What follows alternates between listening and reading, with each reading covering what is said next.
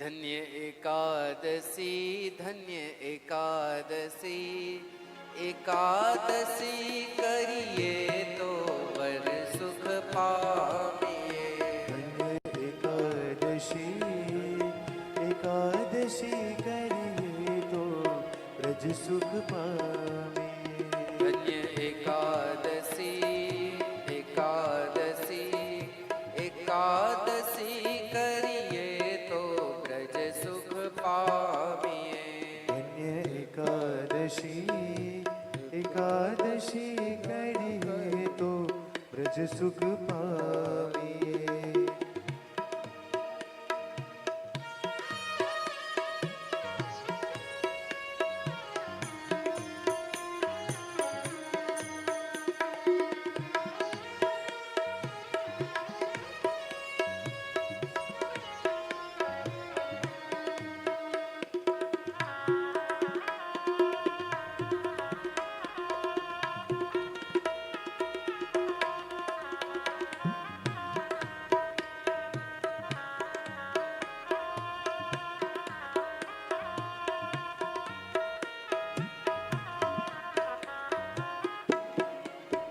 મારે એકાદશીના વ્રત કરવા છે. મારે એકાદશીના વ્રત કરવા છે. મારે ધ્યાન હરિનું ધરવું છે.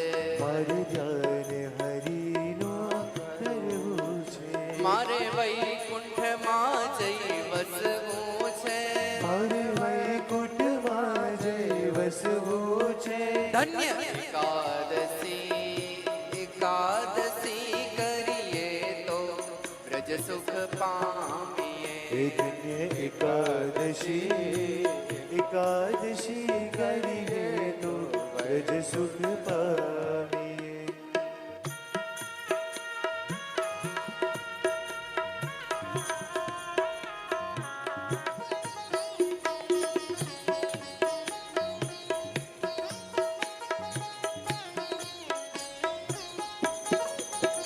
મારે એકાદશીનું વ્રત સારું છે.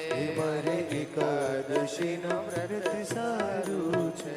મારા પ્રાણ જીવનને પ્યારું છે. મારા પ્રાણ જીવનને પ્યારું છે. એ તો વૈકુંઠમાં લઈ જનારું છે. એ તો વૈકુંઠમાં લઈ જનારું છે. ધન્ય એકાદશી, એકાદશી કરીએ તો વ્રજ સુખ પામીએ. ધન્ય એકાદશી, એકાદશી કરીએ તો વ્રજ સુખ પામીએ. અને એમાં પણ શું કીધું છે? એકાદશીનું વ્રત સારું છે, પ્રાણ જીવનને પ્યારું છે. એટલે ભગવાનને પ્યારું છે. તમે જો કરો તો કરવું જોઈએ. અને એકાદશીનું વ્રત કેવું છે? એ તો વૈકુંઠમાં લઈ જનારું છે. જ્યાં ભગવાન રહે છે ત્યાં લઈ જનારું છે. મારે ગંગા ઘાટે જાવું છે. મારે ગંગા ઘાટે જવું છે. મારે યમુના પાન કરવા છે. મારે યમુના પાન કરવા છે. મારે ભવસાગર તરી જાવું છે. મારે ભવસાગર તર જાવું છે. ધન્ય એકાદશી, એકાદશી કરીએ તો વ્રજ સુખ પામીએ.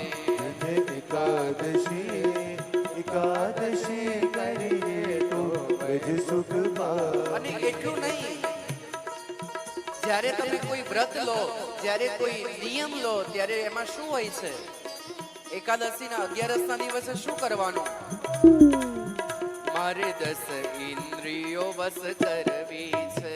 મારે 10 ઇન્દ્રિયોને વશ કરવી. આપણી જે 10 ઇન્દ્રિયો છે એને વશમાં કરવાની છે. આપણે વધારે ગુસ્સો કરતા હોઈએ તો એને કંટ્રોલમાં કરવાનો છે. આપણો સ્વભાવ કદાચ કોઈને નડતર રૂપ હોય તો આપણો સ્વભાવને સુધારવાનો છે. બહુ ભૂખ લાગતી હોય તો એને થોડું કંટ્રોલમાં કરવાનું છે. એ બધું 11 ની અંદર આવે છે. એટલે કીધું છે મારે 10 ઇન્દ્રિયોને વશમાં કરવી છે. અને આપણે કરી શકીએ, કોઈના કહેવાથી થાય નહીં. મારા મનમાં સ્થિરતા ધરવી છે. મારે મનમાં સ્થિરતા ધરવી છે. આપણું મન જ્યાં ને ત્યાં ભટકતું રહે છે, એને સ્થિર કરવાનું છે એ દિવસે. અને મન એ ભગવાનના તરફ એક ચિત્ત કરો ત્યારે જઈને સ્થિર થાય. નહીંતર આપણું મન ચંચલ છે. મનનું લક્ષણ શું છે? એ ચંચલ છે, જ્યાં ને ત્યાં જતું રહે. હરિદ્વારમાં બેઠા હોય ને તરત ઘરમાં જતું રહે, અને ઘરમાંથી ક્યાંય બીજે જઈને પાછું તમને યાદ અપાવો ત્યારે પાછા એમ ના, આપણે તો હરિદ્વારમાં છે. મન ચંચલ છે, એને સ્થિર એ આપણે કરવાનું છે. અને વાલા, આ મનને સ્થિર ભગવાનની ભક્તિ એ મનુષ્યને જ મળી છે. નથી પ્રાણીને મળી, નથી પંખીને મળી, નથી પશુઓને મળી, નથી જીવ જંતુઓને મળી. કેવલ તમને અને આપણા મનુષ્ય દેહને મળી છે. અને એમાં પણ જે નસીબવાળા હોય એને ભક્તિ મળે. નિગર મનુષ્યો કેટલાય આયા અને કેટલાય ગયા, પણ આપણે નસીબવાળા છીએ કે ભગવાને આપણને પોતાની તરફ લઈ જઈ રહ્યા છે. મારે ચિત્ત શુદ્ધિ આદરવી છે. મારે ચિત્ત શુદ્ધ આદરવી છે. મારે ચિત્તની શુદ્ધતા, આપણું મન પવિત્ર હોવું જોઈએ, શુદ્ધ હોવું જોઈએ.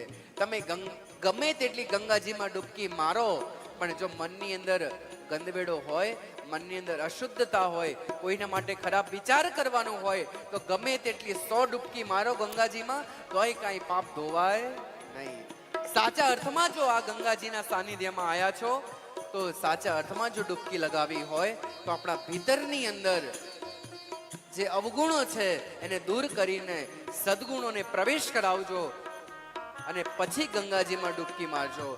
ત્યારે સાચા અર્થમાં ગંગાજી તમારી ડૂબકી એ સ્વીકાર કરે છે.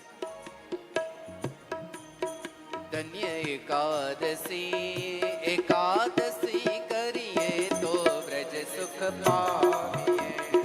એકાદશી, એકાદશી કરીએ તો વ્રજ સુખ પામીએ. વ્રજ સુખ પામીએ. વ્રજ સુખ પામીએ. વ્રજ સુખ પામીએ. વાત ત્યાં હતી કે